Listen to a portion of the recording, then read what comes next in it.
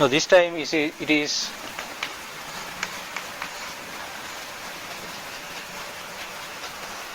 2000.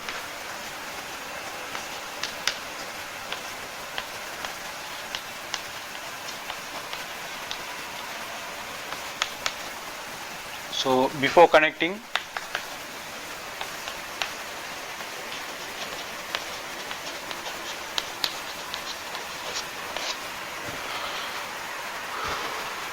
as we did before, I is 4 divided by 4000, 0.001 ampere. VBC is I into 2000, that is 0.001 into 2000, that is 2 volts. So it can be used to measure the circuit resistance. Then after connecting,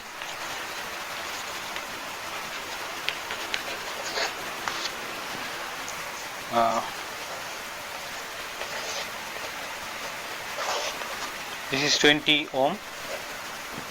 So first we had to find equivalent resistance. R equivalent is 2000 into 20 divided by 2000 plus 20. So that comes to 19.8 ohm. Right.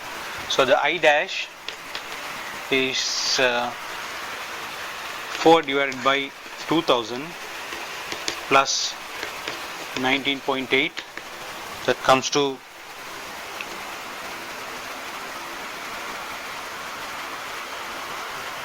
okay, we can leave it like that.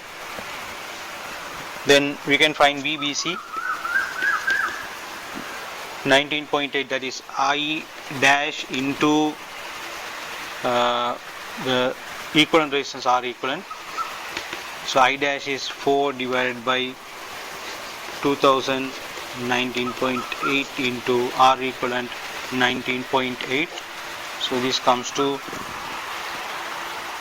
0.04 volts. We wanted to achieve 20 volts. Now it comes to 2 volts. It comes to 0.04 volts. So the error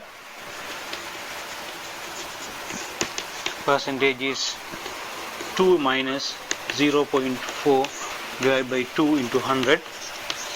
So this comes to 98%. So these are all for comparison purposes, right? So we will summarize these errors.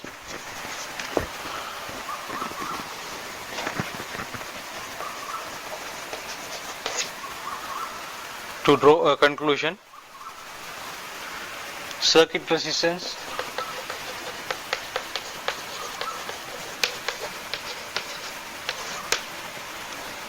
error percentage. This is for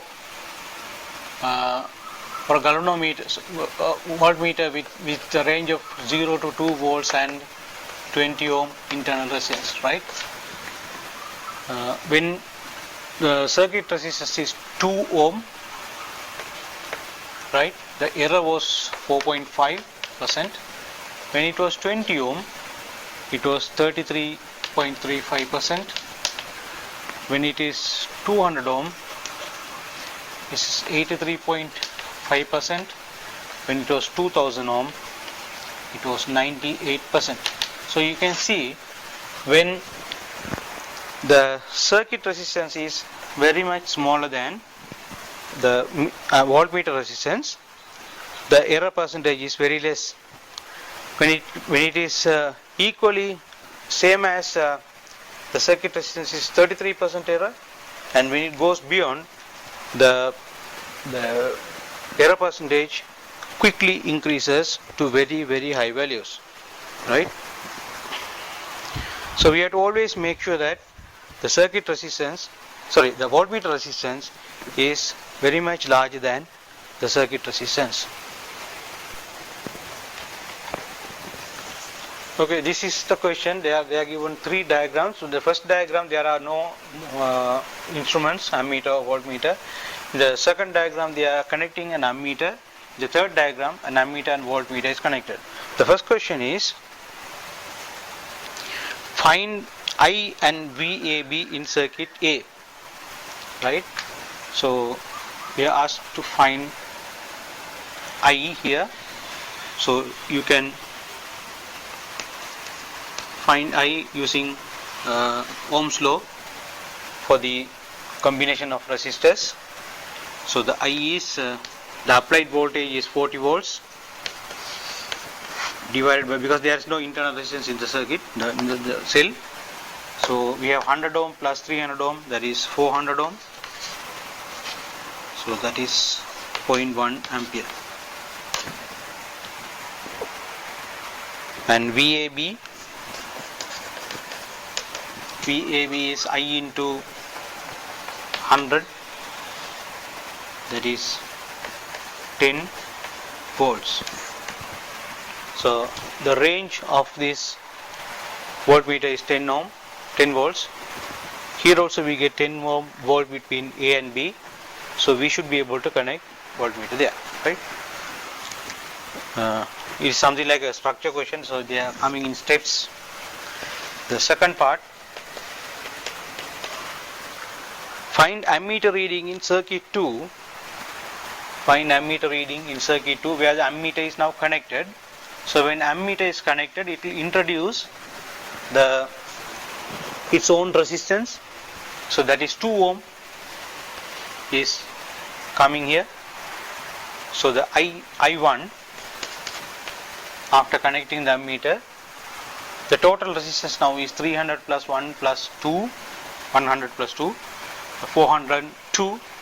The total voltage applied is 40 volts divided by 402 ohm, that comes to 99.5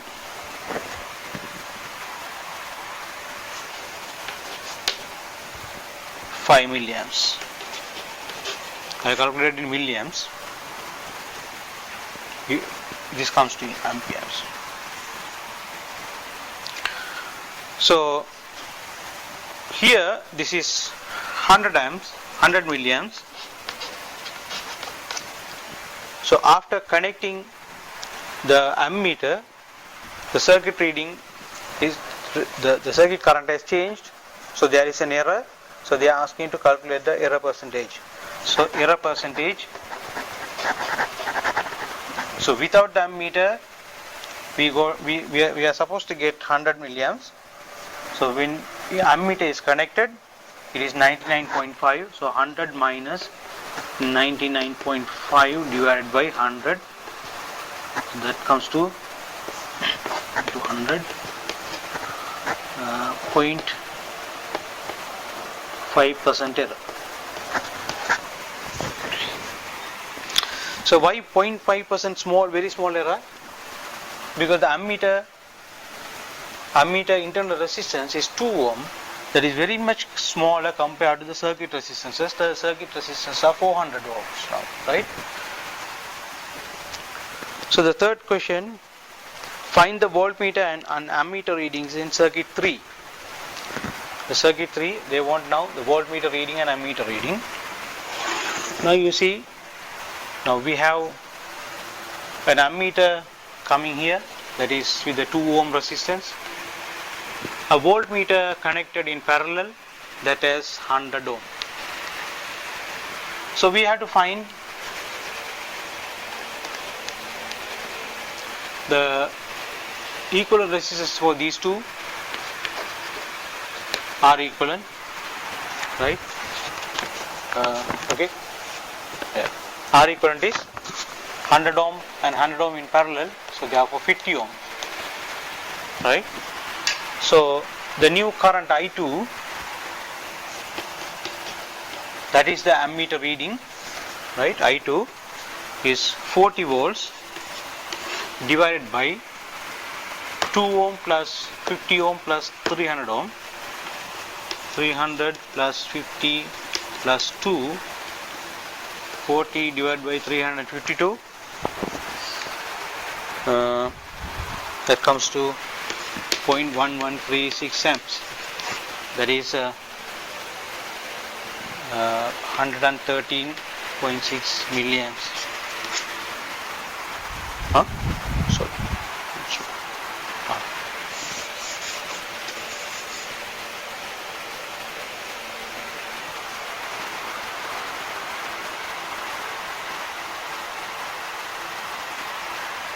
Yeah, 113.6.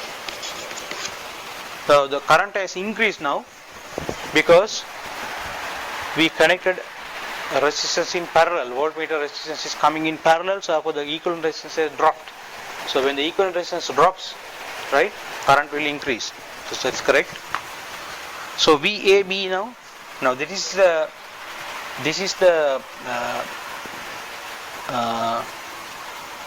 current.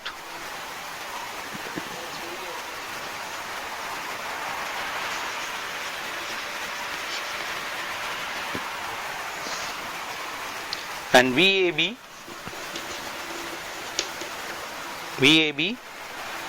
I2 into R equivalent, that is I2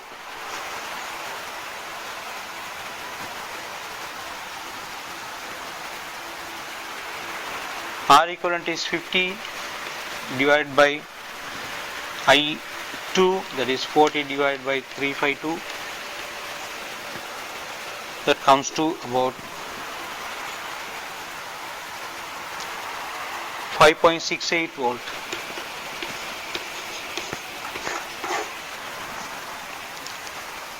Right? Now, they might ask you a question whether the circuit in C is safe.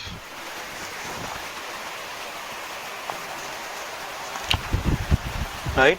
So we are given an ammeter with a range of 0 to 1 ampere, right? And a voltmeter with a range of 0 to 10 volts, right? Now because the voltmeter is connected now, earlier we didn't have the voltmeter, we only introduced ammeter, right? So the current remained within the range, right? 99.5 milliamps. But the moment you connect the voltmeter, the parallel resistance causes the total resistance to drop. Therefore, the current has increased now, right? So the current this is 1 ampere. Okay, this is 1 ampere. Yes, okay, that's okay. So although current has increased, it is still within the range, right? And the voltage has dropped, right? Earlier it was VAB 10 volts, now it is dropped to 5.68 volts. So that is also within anyway 10 volts. So therefore the circuit elements are safe, right? So that kind of questions come as a discussion, right? So you have to compare the results with the data given, right, whether they are safe.